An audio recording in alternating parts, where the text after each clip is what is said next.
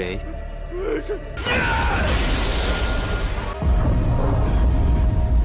Halo guys, balik lagi bersama Mimin Ganteng. Bagaimana nih kabar kalian hari ini? Semoga masih tetap semangat dan selalu diberi kesehatan dalam menjalani hari-harinya ya. Di video kali ini Mimin akan lanjut membahas Donghua yang berjudul Martial God Asura episode ke-11. Seperti biasa, sebelum masuk ke rekap ceritanya, buat kalian yang menonton video ini dan belum subscribe, tolong di subscribe dulu ya guys. Dan jangan lupa nyalain lonceng biar nggak ketinggalan update terbaru dari channel From Zero. Playlist untuk Donghua ini juga udah tersedia bagi kalian yang baru aja bergabung dan belum nonton episode sebelumnya ya. Ya udah deh, nggak usah berlama-lama, langsung saja kita ke rekap ceritanya guys.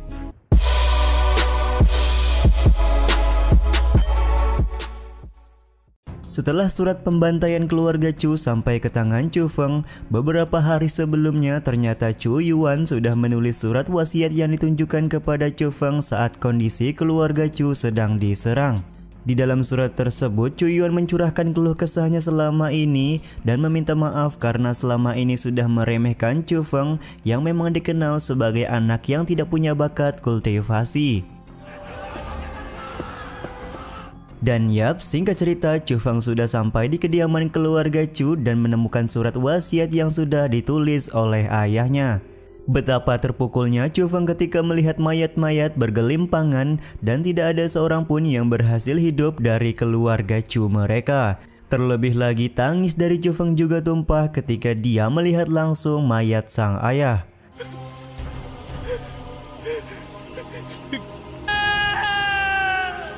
Sumei dan Suru yang juga ikut bersama dengan Chu Feng juga merasa sangat prihatin. Terkhusus untuk Sumei, dia meminta Chu Feng untuk tidak terlalu berlarut dalam kesedihan karena hal tersebut akan membuat tubuh Chu Feng menjadi sakit.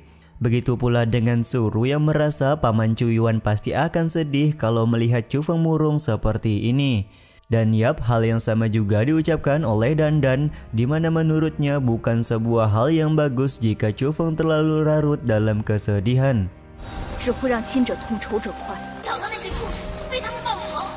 Kalian semua benar, aku bersumpah atas nama Tuhan, tidak peduli siapa dan dari mana asalnya, dan bahkan sekuat apapun dia, aku Chu Feng pasti akan membalaskan dendam kematian ayahku, ucap Chu Feng yang ingin balas dendam kepada orang yang sudah membantai semua anggota keluarga Chu.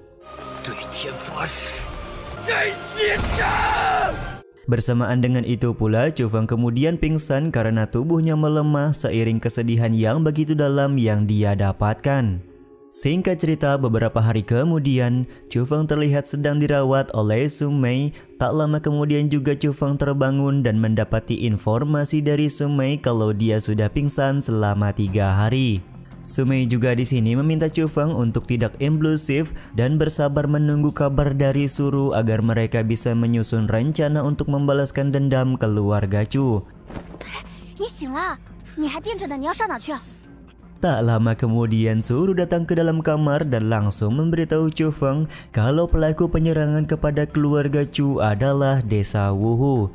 Diketahui kalau Desa Wuhu adalah sarang dari para bandit yang hanya bekerja sebagai pembunuh bayaran saja.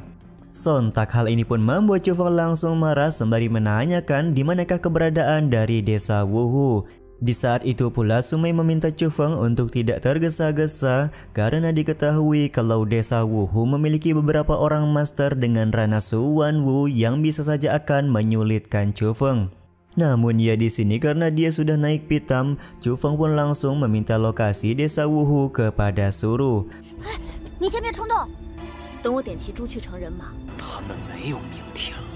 Sementara itu di Desa Wuhu, terlihat orang-orang di desa ini sedang mengadakan perayaan karena hasil uang dari pembantaian keluarga Chu sudah cair.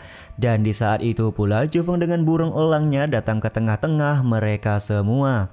Dengan cepat pula Chu Feng juga langsung membunuh ratusan orang di hadapan beberapa orang pimpinan bandit guna memberi mereka pemahaman kalau orang yang datang ke dalam Desa Wuhu hari ini bukanlah orang sembarangan.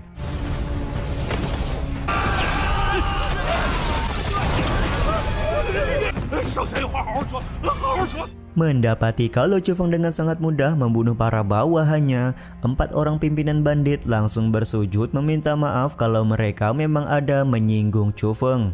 Dengan tenang Chu Feng bertanya kepada pimpinan para bandit siapakah orang yang sudah menyuruh mereka untuk melakukan pembantaian kepada keluarga Chu. Pada awalnya pimpinan bandit ragu-ragu untuk memberitahukan hal tersebut, namun di sini Chu Feng langsung menggunakan kekuatan mentalnya guna kembali membuat pertunjukan, yaitu membunuh ratusan orang bandit di desa Wuhu dengan sekejap.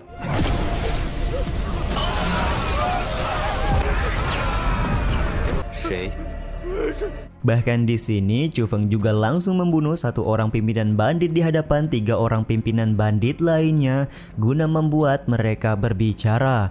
Dan yap, benar saja mereka bertiga langsung memberitahu kalau dalang pembantaian kepada keluarga Chu adalah Gong Luyun atau pangeran muda kota Xuanwu.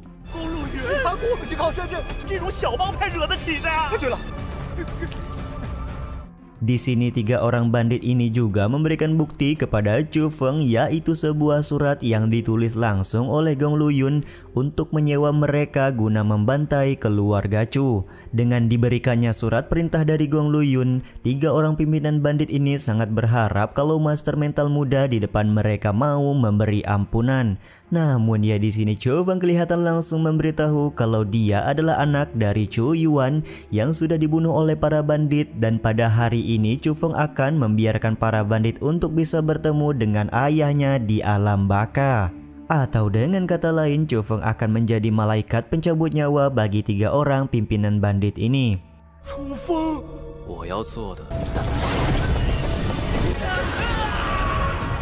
Sementara itu di istana kerajaan Qilin, diketahui saat ini Pak Tua Lin Ran sedang bermeditasi untuk meningkatkan ranah kultivasinya. Selama 10 tahun terakhir dia sudah berusaha menerobos ke ranah yang lebih tinggi, namun pada malam ini juga tetap gagal melakukan hal tersebut.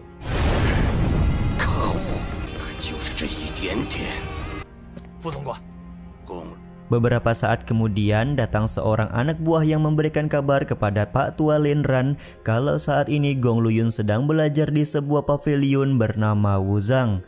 Diketahui sampai saat ini Gong Luyun masih belum terima atas ketertinggalannya dari Chu Feng, maka sedari itu dia berlatih dengan giat. Ekspresi dari Pak Tua Lin Ran sendiri memperlihatkan kalau dia sebenarnya hendak mengajari Gong Luyun sebuah teknik rahasia. Namun Pak Tua Lin Ran juga masih ragu apakah Gong Luyun akan bersedia menerima teknik tersebut jika dia sudah tahu sebuah kebenaran. Kebenaran apa ya yang dimaksud oleh Pak Tua Lin Ran ini? Mari kita lihat sampai selesai ya guys.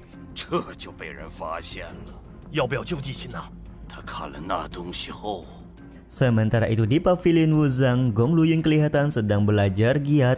Namun ada satu hal yang menarik di mana seketika ekspresi dari Gong Luyun berubah ketika dia melihat sebuah surat yang dikirimkan oleh sang ibu. Dan yap, di dalam surat tersebut berisi sebuah jawaban di mana sebenarnya Gong Luyun adalah anak kandung dari Pak Tua Lin Ran. Beberapa saat kemudian Pak Tua Lin Ran datang ke dalam pavilion serta memberitahu kalau isi surat yang dikirimkan oleh ibu Gong Luyun beberapa hari yang lalu adalah sebuah kebenaran. Oh alah, pantasan aja ya Pak Tua ini mati-matian ngebela Gong Luyun. Ternyata Gong Luyun adalah anak kandungnya sendiri tuh. Sebagai bukti kalau Pak Tua Lin Ran memang mempunyai hubungan dengan ibu dari Gong Luyun, dia bahkan memberikan bukti sebuah tusuk rambut yang dimiliki oleh sang ibu.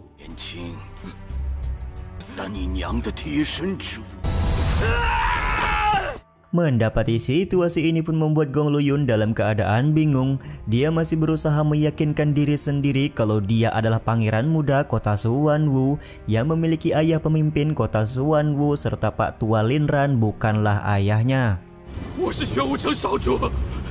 Bahkan di sini Gong Luyun terlihat marah dan berusaha menyerang Pak Tua Lin Ran. Namun ya, serangan tersebut tidak benar-benar dia lakukan karena dia tidak bisa menyakiti Pak Tua Lin Ran. Pak Tua Linran sendiri bisa memahami kemarahan dari Gong Luyun, namun di satu sisi dia juga menyebutkan kalau Gong Luyun tetaplah pangeran muda yang mempunyai masa depan yang cerah dan akan memimpin kota Xuanwu kelak. Pertanyaannya sekarang bukanlah siapa kamu, tapi akan jadi apakah kamu di masa depan, ucap Pak Tua Linran kepada Gong Luyun. Pak Tua Linran juga selalu bermimpi bisa melatih dan menjadi guru yang baik bagi anak kandungnya sendiri agar kelak bisa menjadi master bela diri di usia muda.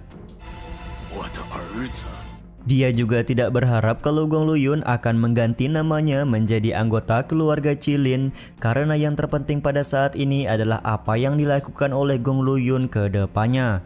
Rencananya besok hari Pak Tua Linran akan mengajak Gong Luyun untuk berburu tanaman obat di sebuah hutan yang biasa dikenal dengan hutan Baisu.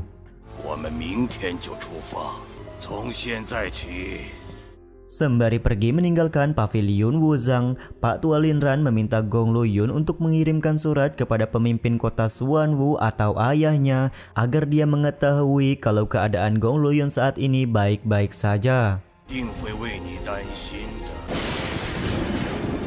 Sementara itu di istana kota Xuanwu, ayah Gong Luyun mendapatkan kabar dari seorang anak buahnya kalau sampai sekarang keberadaan dari Gong Luyun belum diketahui. Ayah Gong Luyun ini pun kelihatan sangat marah sembari memberi waktu 3 hari kepada si anak buah agar menemukan di manakah keberadaan dari anaknya. Di saat itu pula anak buahnya mengiyakan perkataan pemimpin kota Xuanwu sembari memberikan kabar kalau desa Wuhu sudah dibantai oleh seseorang. Terlebih lagi pembantaian ini tidak menyisakan satu orang pun dari desa Wuhu yang berhasil menyelamatkan diri. Sementara itu di luar istana kota Xuanwu, Chu Feng sudah berhasil membunuh satu orang anak buah istana serta mendapat info kalau keberadaan dari Gong Luyun belum diketahui.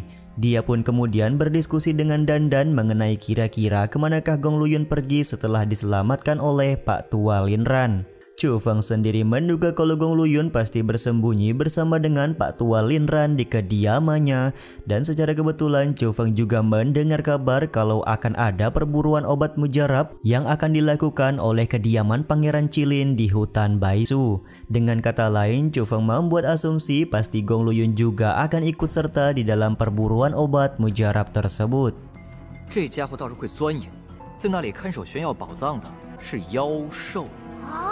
Terlebih lagi, Chu Feng juga memberitahu Dandan kalau di dalam hutan Baisu bukan hanya ada obat mujarab saja, melainkan ada banyak sekali binatang monster yang bisa dijadikan mangsa oleh Dandan. Hal ini pun sontak membuat Dandan begitu bersemangat dan meminta Chu Feng agar segera membawanya pergi ke hutan Baisu. Dan scene ini juga sekaligus menutup episode 11 kali ini ya guys. Ya udah deh, sampai di sini dulu aja video kali ini. Mohon maaf jika masih banyak kekurangan dan kesalahan dalam penyampaian kata-kata ya. Terima kasih buat kalian yang udah nonton dan jangan lupa subscribe serta nyalain loncengnya ya guys. Mimin selaku penulis narasi, tukang voice over dan tukang edit video pamit undur diri. Salam hangat, see you in the next video. Bye bye guys. Sampai jumpa di episode 12.